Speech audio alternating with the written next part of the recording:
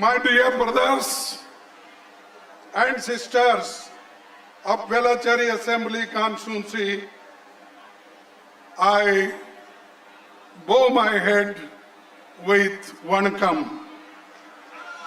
வேளச்சாரி தொகுதியின் சகோதர சகோதரிகளே, உங்கள் அனைவருக்கும் என்னுடைய வணக்கத்தையும் தலைவணங்கி சொல்கிறேன். At the outset, I express my heartfelt gratitude to all of you for gathering here in such large numbers.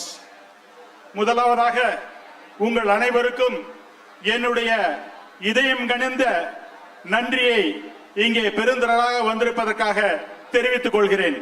Your presence reflects your commitment to democracy, to progress and to the future of Tamil Nadu.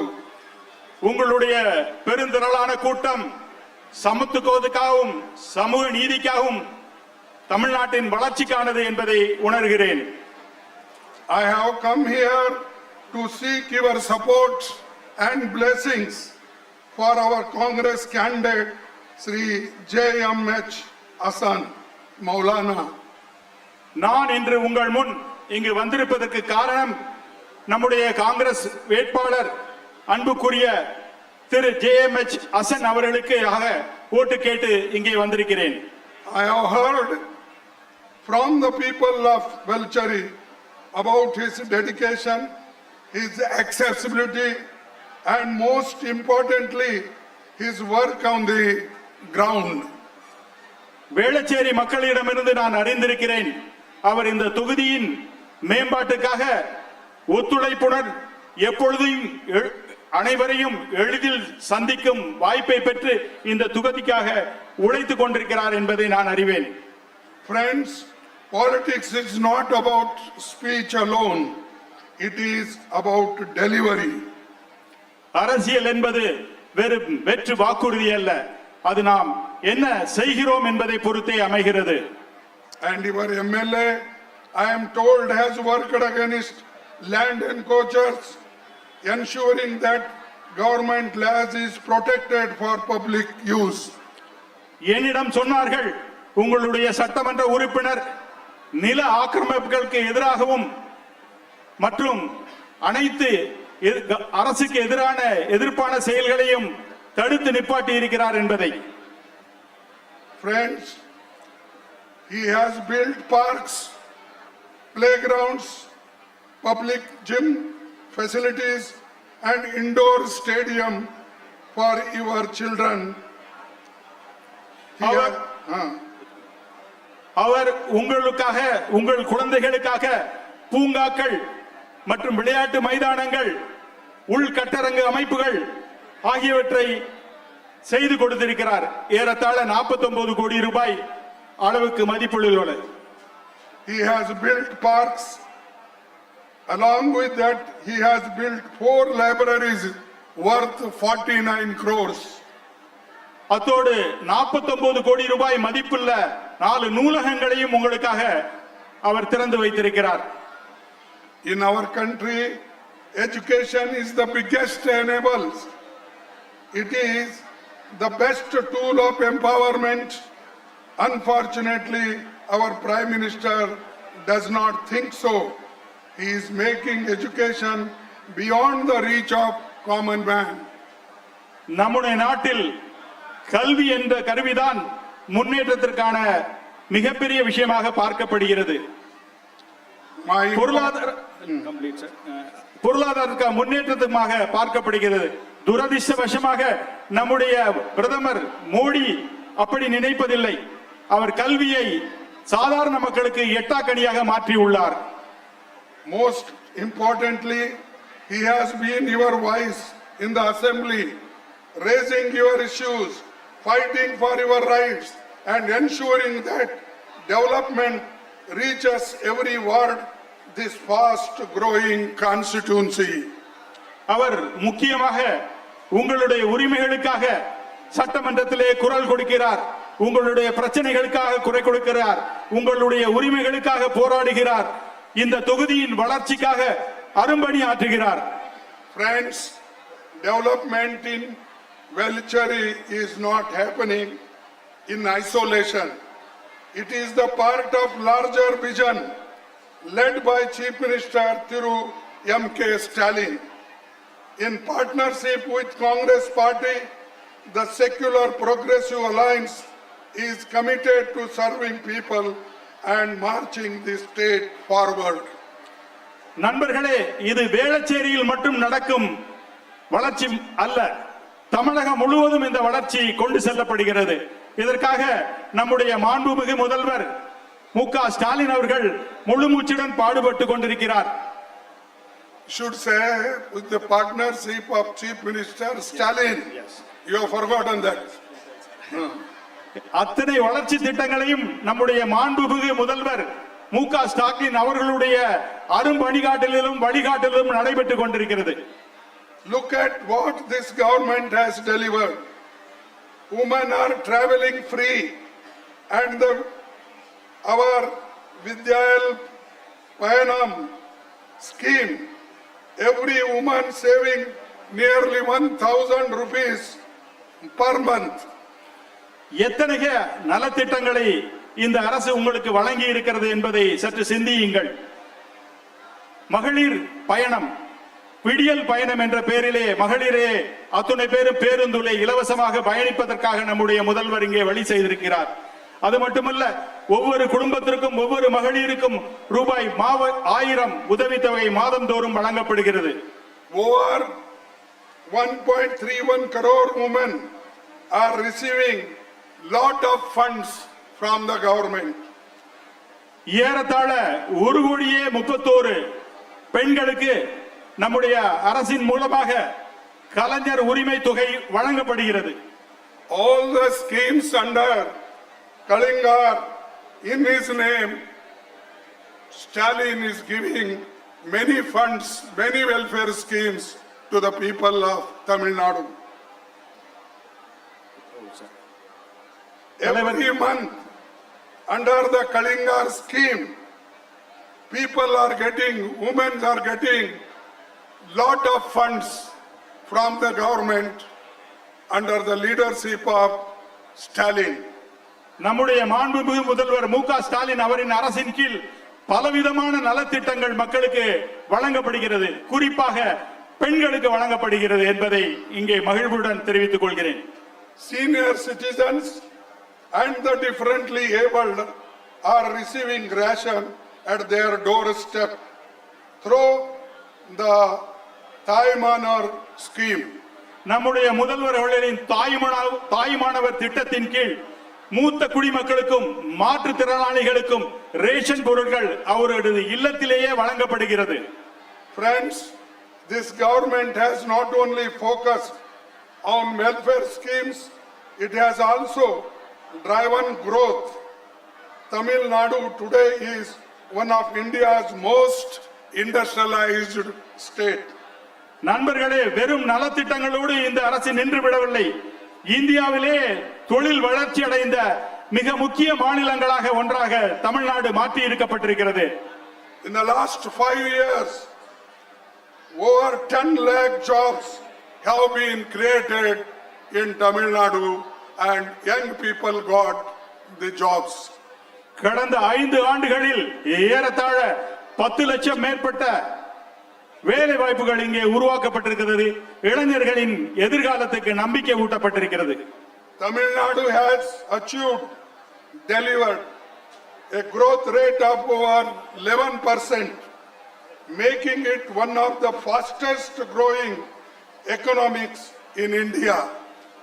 Tamil Nadu சுமார் 11% வளர்ச்சியை அடைந்திருக்கிறது.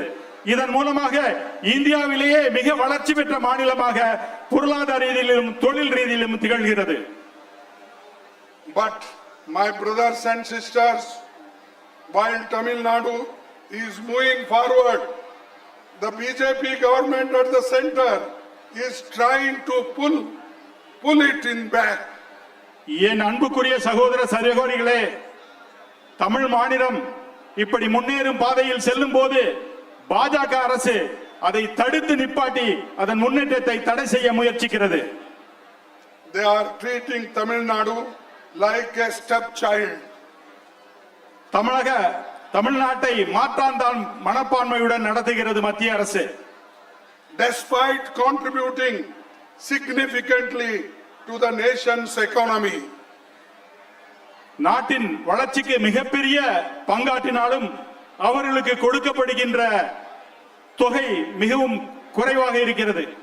Tamil Nadu is receiving a disproportionately low share of tax revenue. GST மற்றும் அமைப்புகள் மூலமாக நாம் பெரும் பங்கை மத்திய அரசுக்கு செலுத்தினாலும் அவர்கள் திருப்பி கொடுக்கும் பங்கு மிக குறைவாகவே தமிழ்நாடுக்கு கிடைக்கிறது. Funds meant for education, the Samagra Shikshana Yojana, are being withheld. Funds for education like Samagra Shiksha Yojana is withheld. கல்விக்காக வழங்கப்படும் சமக்கர சிக்ஷான் ஸ்கீம் போன்றவை முடக்கப்படுகிறது, தடுக்கப்படுகிறது.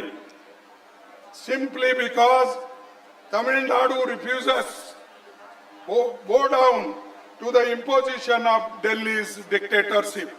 எதற்காக தெரியுமா? டெல்லிக்கு தலை வணங்க தமிழக அரசு பணியவில்லை என்பத ஒரே காரணத்துக்காக இப்படி மாற்றாந்தான் மனப்பான்மையுடன் செயல்படுகிறார்கள். Even during natural disasters, floods, cyclones, the center's response has been inadequate and insensitive. இயற்கை பேரிடரான புயல், வெள்ளம் போன்ற பாதிப்புகளின் போதும் மத்திய அரசு தமிழ்நாட்டுக்கான பங்கீடுகளை ஒதுங்காக செய்வதில்லை. Let me say this clearly. This stepmotherly treatment is being actively supported by a governor who is Tamil Nadu governor, who is repeatedly interfering in the functioning of elected state government supported by Tamil Nadu people. தேர்ந்தெடுக்கப்பட்ட நம்முடைய தமிழக அரசின் செயல்பாடுகளை ஆளுநர் குறுக்கிடுகிறார், மாற்றாந்தான் மனப்பான்மையுடன் நடத்துகிறார்கள். He is supposed to be act as impartial in the interest of people of Tamil Nadu, but he is always harassing the state government. ஆளுநர் என்பவர் நடுநிலையாக செயல்பட வேண்டும், இந்த மக்களுக்காக செயல்பட வேண்டும். ஆனால் அவர் ஒருதலை பட்சமாக செயல்படுகிறார். This is not acceptable in a federal democracy. Tamil Nadu will not be dictated to. Tamil Nadu will not surrender the rights which he has got. இது கூட்டாட்சி தத்துவத்துக்கு எதிரான நடைமுறை. ஆனால் ஒருபோதும் தமிழ்நாடு அடக்குமுறைக்கு பணியாது. Now let me come to a very important issue, the delimitation bill. இப்பொழுது மிக முக்கியமான ஒரு விஷயத்தை உங்களிடம் சொல்கிறேன். நாடாளுமன்ற தொகுதி மறுவரைவு, அதை பற்றி உங்களிடம் பேச விரும்புகிறேன். The BJP government tried to play a dangerous game. They attempted to link women's reservation with delimitation based on 2011 census. பாஜக அரசாங்கம் ஒரு அபாயகரமான திட்டத்தோடு விளையாண்டு கொண்டிருக்கிறது. No, you tell, attempted to link with women's reservation with delimitation based on 2011. பாஜக அரசாங்கம் மிகவும் அபாயகரமான முறையில் மகளிர் இடஒதுக்கீட்டையும் தொகுதி மறைவரையையும் ஒன்றாக சேர்த்து சூழ்ச்சியாக அதை நடத்த முயற்சித்தார்கள். It means punishing states like Tamil Nadu and successfully controlled population growth. தமிழ்நாட்டு மக்கள் தொகை மற்றும் மனித வளம் அத்துணையிலும் முன்னாடி இருந்த போதும் அவற்றை கட்டுப்படுத்தி அதற்காக பரிசாக வழங்காமல் அவர்களை தண்டிக்க நினைக்கிறது பாஜக அரசு. Instead of rewarding Tamil Nadu, they wanted to reduce its voice in parliament. Tamizhagan இந்த மாதிரி ஏற்பாடுகளை செய்ததற்காக அவர் பாராட்டி பரிசளிப்பதை தவிர்த்துவிட்டு அவர்களுடைய உரிமைகளை, அவர்களுடைய குரலை பாராளுமன்றத்தில் நசுக்க முயற்சிக்கிறது பாஜக அரசு. The opposition stood united the Congress party in Delhi led from the front and all opposition parties, DMK, SP, TMC and all other stood shoulder to shoulder to defeat this bill. ஆனால் நம்முடைய கூட்டணி கட்சிகள் தோளோடு தோளாக நின்று காங்கிரஸ், திமுக, Samajwadi party மற்றும் அனைவரும் ஒன்றாக இணைந்து இந்த தீர்மானத்தை பாராளுமன்றத்தில் தோற்கடித்தார்கள். The first man and first chief minister from Tamil Nadu, he raised the voice against this bill. முதல் மனிதனாக, இந்தியாவிலே முதல் மனிதனாக நம்முடைய மாண்புமிகு முதல்வர் மு.க. ஸ்டாலின் அவர்கள் இதை எதிர்த்து குரல் கொடுத்தார். And he said it is anti-people, anti-Tamil Nadu, anti-South. So he tear that, not only tear, he burnt the bill. And he showed the people this is anti-DMK, anti-Tamil Nadu, anti-people. So he burned the bill and showed to the people and created awareness. இது தமிழ்நாட்டுக்கு மட்டுமல்ல, ஒட்டுமொத்த தென்னிந்தியாவுக்கும் மற்ற சிறு மாநிலங்களுக்கும் எதிரானது என்று அதை கிழித்தெறிந்ததோடு மட்டுமல்ல, அதை தீ வைத்து கொளுத்தியும் நம்முடைய முதல்வர் மு.க. ஸ்டாலின் அவர்கள் தன்னுடைய மாண்பையும் தன்னுடைய வீரத்தையும் வெளிப்படுத்தினார். Together we defeated these anti-Tamil Nadu, anti-Karnataka, anti-Kerala bills in parliament. நாம் ஒற்றுமையாக அனைவரும் இணைந்து தமிழகத்துக்கு எதிராகவும் கர்நாடகத்துக்கு எதிராகவும் கேரளாவுக்கு எதிராகவும் கொண்டு வந்த தீர்மானத்தை தோற்கடித்தோம். This is not a small victory. This is a victory for every citizens in the country. இது ஒரு சாதாரண வெற்றி அல்ல, இந்த நாட்டின் குடிமகன் ஒவ்வொருவருக்கும் கிடைத்த வெற்றியாகவே நான் கருதுகிறேன். Who believes in democracy and one vote, one value. This is our slogan. That's why we all tried and defeated the bill. நாம் அனைவரும் ஒன்று சேர்ந்து ஒரு ஓட்டு ஒரு நாடு என்ற முறையில் இணைந்து நின்று இந்த தீர்மானத்தை நாம் தோற்கடித்தோம். This is a victory for federalism. இது கூட்டாட்சி தத்துவத்துக்கு கிடைத்த மிகப்பெரிய வெற்றியாகும். This is a victory for justice. இது நீதிக்கு கிடைத்த வெற்றியாகும். We gave 33% reservation to women, panchayat and urban local bodies earlier, and Rajiv Gandhi ji brought the law. After that, P.V. Narasimha Rao, he implemented it, and all mahilas, all ladies, they got 30% reservation in panchayat, in nagar palikas, in municipalities, everywhere. This is the achievement of Congress party. Those days, you should remember, it is not the achievement of Modi. நீங்கள் ஒன்றை ஞாபகம் வைத்துக் கொள்ள வேண்டும். அமரர் ராஜீவ் காந்தி அவர்களாலும் பின்னாலே P.V. Narasimha Rao அவர்களாலும் மகளிருக்கான இடஒதுக்கீடு 33% கொண்டு வரப்பட்டது. இதன் மூலமாக பஞ்சாயத்து மற்றும் உள்ளாட்சி அமைப்புகளிலும் மகளிருக்கான இடஒதுக்கீடு வழங்கப்பட்டது. இது காங்கிரசின் சாதனை, இது பாஜகவின் சாதனை அல்ல என்பதை இங்கே தெரிவிக்க விரும்புகிறேன். In 2023, we unanimously passed a woman reservation bill. Why Modi has not implemented, I am asking. Where was he? He kept nearly 30 months in the cold storage, and now he is saying, I am for women. And my mata aur behnon ka aaj apman hua. That is the speech he gives on the road, before his office, everywhere, wherever he goes, he only says this. உங்களை ஒன்று கேட்க விரும்புகிறேன். 2023 நாம் ஒரு மனதாக இந்த மசோதாவை நாம் நிறைவேற்றினோம். ஆனால் ஏறத்தாழ 30 மாசத்துக்கு மேல் அதை கிடப்பிலே போக்கட்டு விட்டு இன்று முதலை கண்ணி வடிக்கிறார் பிரதமர் மோடி அவர்கள்.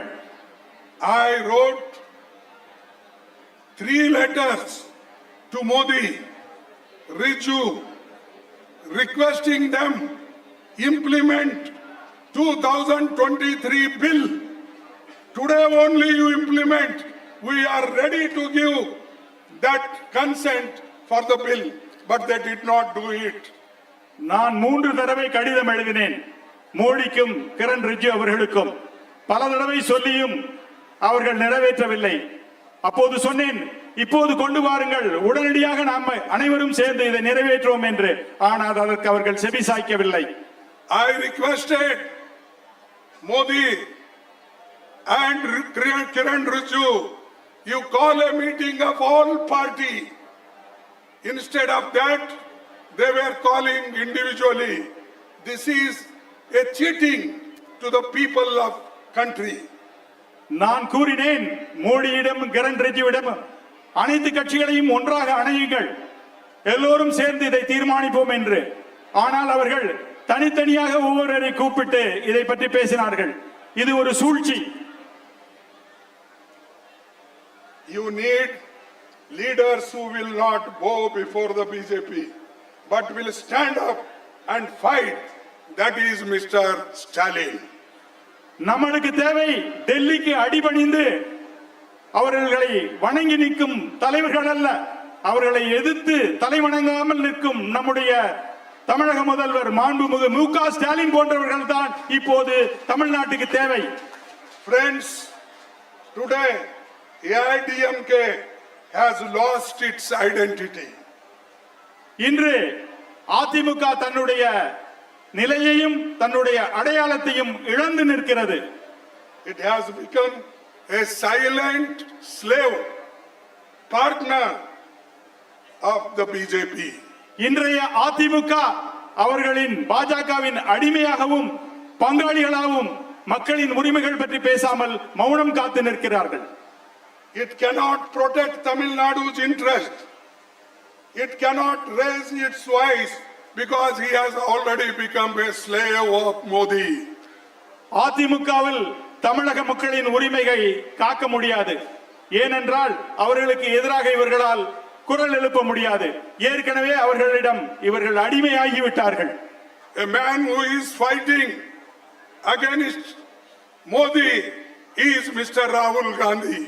மோடிக்கு எதிராக அகில இந்தியாவிலும் தலை நிமிர்ந்து குரல் கொடுக்கின்ற ஒரு தலைவராக நம்முடைய முதல்வர் மு.க. ஸ்டாலின் அவர்கள் திகழ்கிறார்கள். He is bold, he is courageous, and he is the man who walked for poor people to understand the country's problem from Kanyakumari to Kashmir, West Bengal to Bombay. நம்முடைய இளம் தலைவர் ராகுல் காந்தி அவர்கள் அகில இந்தியாவிலும் மோடிக்கு எதிராகவும் பாஜகவுக்கு எதிராகவும் ஆர்எஸ்எஸ்க்கு எதிராகவும் குரல் கொடுக்கின்ற தலைவராக விளங்கிக் கொண்டிருக்கிறார். இந்தியா முழுவதும் கன்னியாகுமரியிலிருந்து காஷ்மீர் வரை மக்களுடன் உரிமைகள் நசுக்க போடும் போது அதற்கு எதிராக எழுந்து போராடுகிறார். He is always fighting with Modi ji, and always Rahul Gandhi stands for justice, equality, fraternity, and he is with poor people and also young men who are today facing unemployment and other problems. மோடிக்கு எதிரான குரலை எப்போதும் ராகுல் காந்தி நிறுத்துவதில்லை. மக்களுக்கான நலத்திட்டங்கள், மக்களின் உரிமைகளுக்காக அவர் மோடியை எதிர்த்து குரல் கொடுத்துக்கிறார். இந்த நாட்டின் நம்பிக்கை ஊற்றாகவும் இளைஞர்களின் எதிர்காலமாக ராகுல் காந்தி அவர்கள் திகழ்ந்து கொண்டிருக்கிறார்கள். Rahul Gandhi, always a courageous man, he never fear, and he himself fight in parliament. Inside the parliament he is fighting, and you all fighting outside the parliament, and Stalin also fighting in outside the parliament, and Rahul Gandhi is fighting inside the parliament, and nobody, he is not afraid of anybody. யாருக்கும் பயந்தவர் அல்ல நம்முடைய ராகுல் காந்தி அவர்கள். பாராளுமன்றத்துக்கு உள்ளே மட்டுமல்ல வெளியேயும் அச்சமின்றி தைரியமாக மோடி அரசையும் RSS-ஐயும் எதிர்த்து நிற்கிறார். அதுபோலவே நம்முடைய மாண்புமிகு முதல்வர் ஸ்டாலின் அவர்களும் அவர்களோடு எதிர்த்து நின்று நீதிக்காக போராடுகிறார். This is a fight. It is between those who divide and those who unite. இது ஒரு மிகப்பெரிய போருக்கானது. நாட்டை பிரித்தாள நினைப்பவர்களுக்கும் மக்களை ஒன்றுபடுத்தி வாழ நினைப்பவர்களுக்குமான பெரிய போர் இது. Between those who impose and those who respect. யார் அடக்கியாள முயற்சிக்கிறார்களோ அவர்களுக்கும் யார் மக்களை மாண்புடன் சமமாக நடத்துகிறார்களோ அவர்கள் இருவருக்கும் இடையே நடைபெற்றுக் கொண்டிருக்கும் போர் இது. Between those who weaken states and those who strengthen them. மாநிலங்களை வலிமை குன்றியதாக செயல்படுபவர்களுக்கும் அதை வலிமையாக்க செயல்படுவதற்கும் இடையிலான போராக இதை நான் சொல்கிறேன். This is very important. See, with your blessings, we got majority MPs in parliament. That is why we are able to stop this delimitation bill, which is against the poor, which is against India's population. உங்களுடன் பெருமையுடன் கூறிக்கொள்ள விரும்புகிறேன். நாம் இங்கே நிறைய தொகுதிகளை 100% பெற்றதால் தான் இந்த மாதிரி கொடுமைகளுக்கு எதிராக நம்மால் பாராளுமன்றத்தில் போராட முடிகிறது, மக்களின் உரிமைக்காக போராட முடிகிறது. Modi always he says, "मेरी 56 इंच की छाती है." It means 56 inch. छाती means see. அதாவது மோடி அவர்கள் எப்போதும் தன்னுடைய 56 இன்ச் மார்பளவை மட்டும் சுட்டிக்காட்டி தான் வலிமையானவன் என்று பேசுகிறார். But he is not doing anything for the people of this country. ஆனால் மார்பின் வலிமையும் விரிவையும் பற்றி பேசுகிறவர் மக்களுக்காக எதையும் செய்வதில்லை, இந்த நாட்டிற்காக எதையும் செய்வதில்லை என்பதை உங்களிடம் கூற ஆசைப்படுகிறேன். I urge you, stand with the alliance that has delivered, stand with the alliance that has protected Tamil Nadu's right, stand with the alliance that believes in social justice, secularism and inclusive growth. I will read. I urge you, stand with the alliance that has delivered, stand with the alliance that has protected Tamil Nadu's right. உங்களை மிகவும் தாழ்மையுடன் கேட்டுக்கொள்ள விரும்புகிறேன். எழுந்து இந்த கூட்டணியுடன் இணைந்து நில்லுங்கள். இந்த நாட்டின் மக்களை பாதுகாப்பதற்காகவும் சமூக நீதிக்காகவும் சமத்துவத்துக்காகவும் பாடுபட்டு கொண்டிருக்கிற கூட்டணிகளோடு இணைந்து நின்று வெற்றியை பெற்று தாருங்கள். Stand with the alliance that believes in social justice, secularism, fraternity and inclusive growth. மதச்சார்பின்மை, சகோதரத்துவம், ஒன்றுபட்ட வளர்ச்சி ஆகியவற்றை முன்னெடுத்து செல்லும் இந்த கூட்டணியுடன் இணைந்து நில்லுங்கள் என்று உங்களை கேட்டுக்கொள்கிறேன். All these principles Rahul Gandhi ji has got, and he stands for justice, fraternity, equality like Stalin. எப்படி நம்முடைய தமிழக முதல்வர் அவர்கள் சகோதரத்துக்காகவும் சமத்துவத்துக்காகவும் சமூக நீதிக்காகவும் குரல் கொடுத்து போராடுகிறதோ அதை போல்தான் நம்முடைய இளம் தலைவர் ராகுல் காந்தி அவர்களும் அகில இந்திய அளவிலே இதே நோக்கத்துக்காக இதே கோரிக்கைக்காக போராடி கொண்டிருக்கிறார். That's why I request you, vote for Congress candidate Sri Hasan Maulana. Raise your hand with both hands. Namaskar. He is the candidate, young man, energetic man who worked for you. So support our alliance and Sri Hasan Maulana, vote for the hand symbol. Support our alliance partner DMK, DMDK, VCK CPI, CPM, IUML, MDMK and others. நண்பர்களே, உங்களிடம் மிக்க அன்போடு வேண்டுகோள் விடுக்கிறேன். இந்த தொகுதியிலே நம்முடைய காங்கிரஸ் வேட்பாளராக நின்று கொண்டிருக்கும் நம்முடைய இளம் தலைவர் அசன் மகளா அவர்களுக்கு பெருத்த அளவில் ஓட்டெடுத்து கை சின்னத்தில் வாக்களித்து அவரை சட்டமன்றத்தில் அனுப்புங்கள் என்று அன்போடு கேட்டுக்கொள்கிறேன். அது மட்டுமல்ல, நம்முடைய கூட்டணி கட்சிகள் எங்கெல்லாம் நிற்கிறார்களோ, திமுக, MDMK, காங்கிரஸ் மற்ற அத்துணை கூட்டணி சார்பாக நிற்கின்ற வேட்பாளருக்கும் அவரவர் சின்னத்திலே வாக்களித்து மாபெரும் வெற்றி பெற்று அத்துணை பேரையும் சட்டமன்றத்துக்கு அனுப்பி மீண்டும் தமிழகத்தில் முதல்வர் ஸ்டாலின் அவர்களுடைய ஆட்சி தொடர உங்களை வேண்டி கேட்டுக்கொள்கிறேன். Let us ensure that development continues. வளர்ச்சி தொடரட்டும். Let us ensure that Tamil Nadu's voice becomes stronger than ever. தமிழகத்தின் குரல் இன்றும் ஓங்கி ஒலிக்கட்டும். Give another chance to the secular progressive alliance. Let Stalin continue. Let Tamil Nadu march forward, and under the leadership of Rahul Gandhi in Parliament and in the state, Mr. Stalin, really will bring all the developments to the Tamil Nadu. மீண்டும் முதல்வர் மு.க. ஸ்டாலின் அவர்களுடைய ஆட்சி தொடர வேண்டும். அவர்களுக்கு வாக்களியுங்கள்.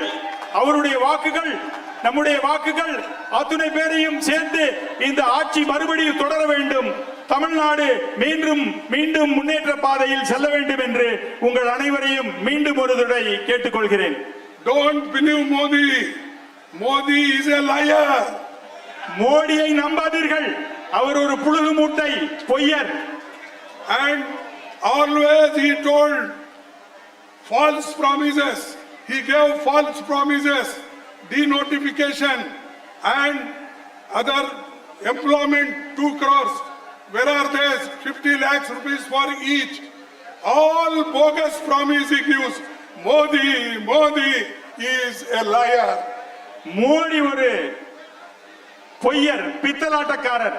தவறான வாக்குறுதிகளை இந்த நாட்டு மக்களுக்கு சொல்கிறார். தொகுதி வரையறை என்று பேசுகிறார். ஒவ்வொருவருக்கும் 15 லட்சம் கொடுப்பேன் என்று சொன்னார். எங்கே போனது அவரது வாக்குறுதி எல்லாம்? அவரை நம்பாதீர்கள். அவர் ஒரு பித்தலாட்டக்காரர். I don't know why AIDMK and other people are supporting Modi. Modi believes in Chaturvarna. Modi believes in Manusmriti. Modi believes in, he is an anti-woman, anti-scheduled caste and anti-poor people. I am not able to understand. And Tamil Nadu like state, if believes this, it is a burial ground for AIDMK. Periyar வாழ்ந்த மண்ணில் அதிமுக அதனுடைய தோழர்களும் எதற்காக பாஜக அரசிடம் செல்கிறார்கள், மோடியின் பின்னே செல்கிறார்கள் என்பது எனக்கு விளங்கவில்லை. அவர்கள் பித்தலாட்டக்காரர்கள் மட்டுமல்ல, மனித நேயத்துக்கு எதிரானவர்கள், வெறுப்புணர்ச்சியை தூண்டுபவர்கள், தலித் சமுதாயத்துக்கும் மைனாரிட்டி சமுதாயத்துக்கும் எதிரானவர்கள். அவர்களை ஒருபொழுதும் நம்பாதீர்கள். He is against poor, he is against women, he is not a man who can fight for ladies, but only he fights for rich people. அவர் உண்மையிலே பணக்காரர்களுக்காக மட்டும் சார்பாக செயல்படுபவர். மகளிருக்காகவோ, தலித் மக்களுக்காகவோ, பிற்படுத்தப்பட்ட மக்களுக்காகவோ, விவசாயிகளுக்காகவோ, ஏழை மக்களுக்காகவோ அவர் ஒருபோதும் குரல் கொடுப்பதில்லை. அவர்களின் உரிமையை நசுக்கவே அவர் செயல்படுகிறார். Thank you. வணக்கம். ஜெய் ஹிந்த். ஜெய் காங்கிரஸ். நன்றி, வணக்கம், Jai Hind. Now I put one slogan, you all have to respond it. Jai Hind! Jai Hind! Jai Congress! Jai Congress! Jai Tamil Nadu! Jai Tamil Nadu! Vanakkam!